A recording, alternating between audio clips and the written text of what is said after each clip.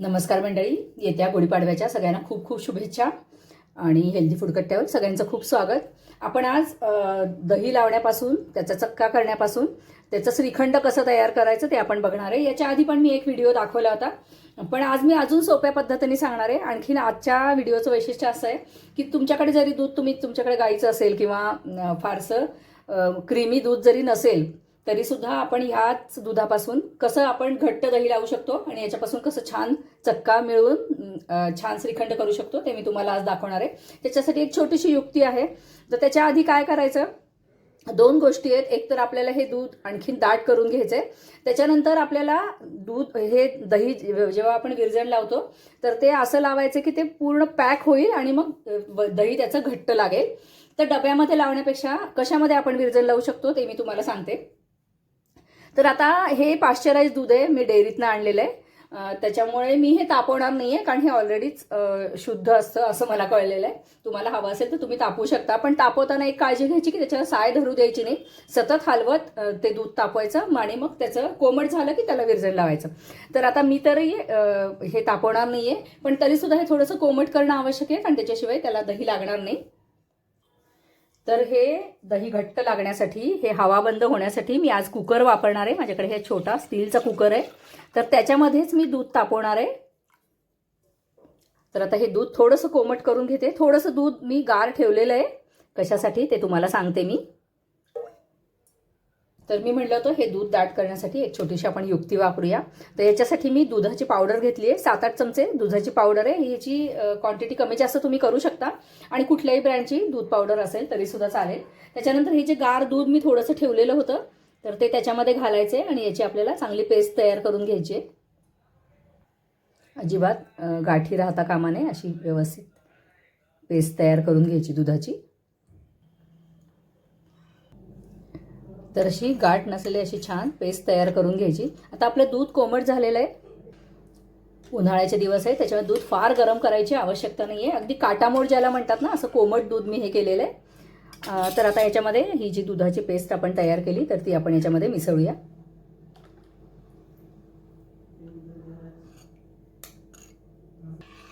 व्यवस्थित ढवळून घेऊया. आता ह्याच्यामध्ये हे व्यवस्थित मिक्स झालेलं आहे. आता याला आपण विरजण लावूया. हे साधारण 1.5 टेबलस्पून मी दही घेतलेलं आहे. दही फार आंबट नको, नाहीतर मग आपला जो हा चक्का आहे तो पण आंबट होऊ शकतो. आणि असं जरासं व्यवस्थित घोटून घ्यायचं आणि मग ह्याच्यामध्ये आपल्याला मिसळायचं आहे. दुधाची पावडर याच्यामध्ये घातल्यामुळे आपल्याला दूध उकळून दाट करायचा जो वेळ आहे तो आपला व्यवस्थित वाचतो आणि कमी वेळामध्ये हे आपलं विरजण लावून होतं. आता हे सगळं ह्याच्यामध्ये आपण व्यवस्थित ढवळून घेऊया. एकाच दिशेने ढवळायचं.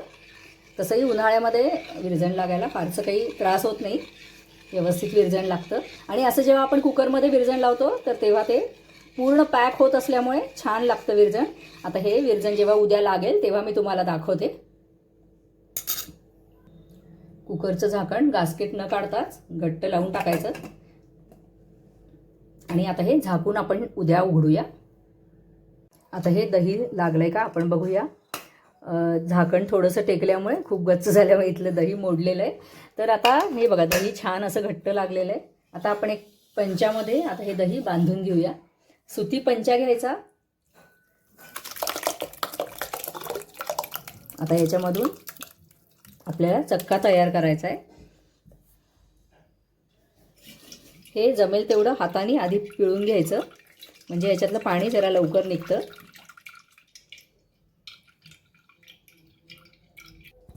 याच्यावर मी एक चाळणी ठेवलेली आहे आणि आता ही अशी गाठ बांधून आपल्याला एक वजन ठेवायचं आहे याच्यावर. त्याच्यानंतर थोड्या वेळाने आपल्याला हे फ्रीजमध्ये ठेवायचं आहे, नाहीतर मग उन्हाळ्याच्या दिवसामध्ये बाहेर हे दही किंवा चक्का आंबट होतो. तर याच्यावर एक वजन ठेवते.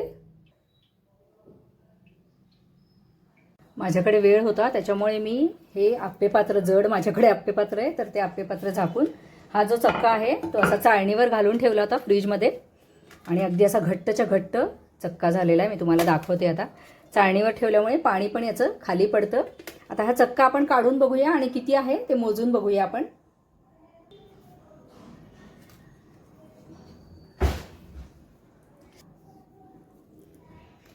1.5 लिटर दुधाचा किती चक्का झाला ते पण मी तुम्हाला सांगते. तुम्हाला दिसत असेल, हे बघा असा किती छान असा घट्ट हा चक्का तयार झालेला आहे. तर हा चक्का आपण मोजूया आधी.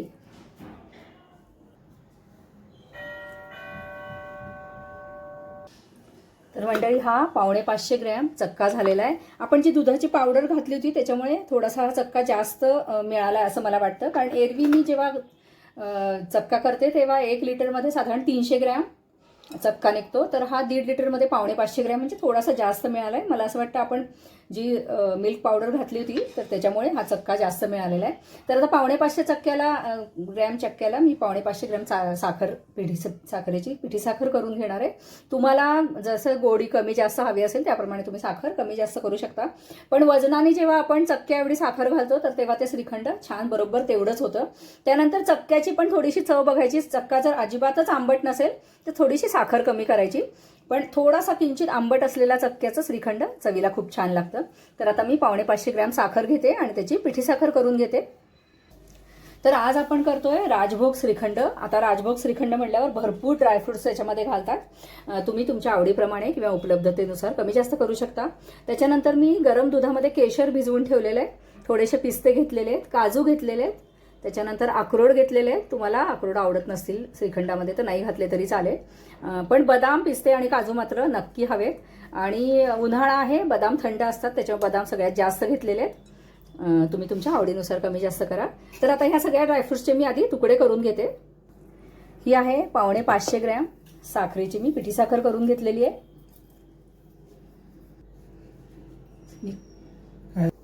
तर 550 ग्रॅम ही पिठी साखर करून घेतलेली आहे आणि हा जो चक्का आहे हा 550 ग्रॅम आहे. तर आता हे मी हँड मिक्सिंगने एकत्र करणार आहे. तर आता हे आधी थोडंसं हाताने एकत्र करून घ्यायचं. तुम्हाला दिसत असेल चक्का किती घट्ट आहे तो. आणि हे जे सगळे ड्रायफ्रुट्स मी घेतलेले तर या ड्रायफ्रुट्सचे तुकडे मी याच्यामध्ये मिसळणार आहे.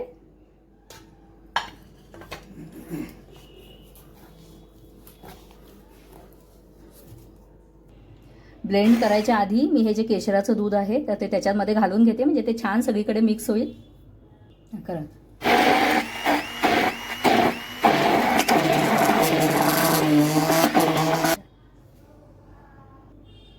थोडी वेलदोड्याची पूड पण घातली आहे, थोडंसं घालणार आहे जायफळ, एक चिमूटभर जायफळ घातलं तरी पुरेसं आहे. आपण कारण याच्यात केशर वेलदोडा पण घातलेला आहे.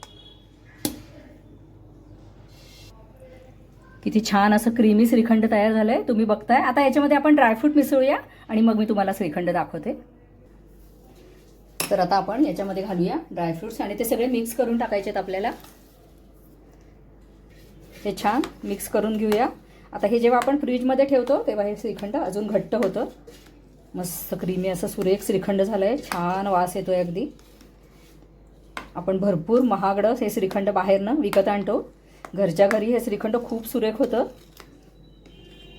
तुम्हाला हवं असेल तर तुम्ही बदामाचे सालं काढून घालू शकता, पण काही गरज नाही आहे.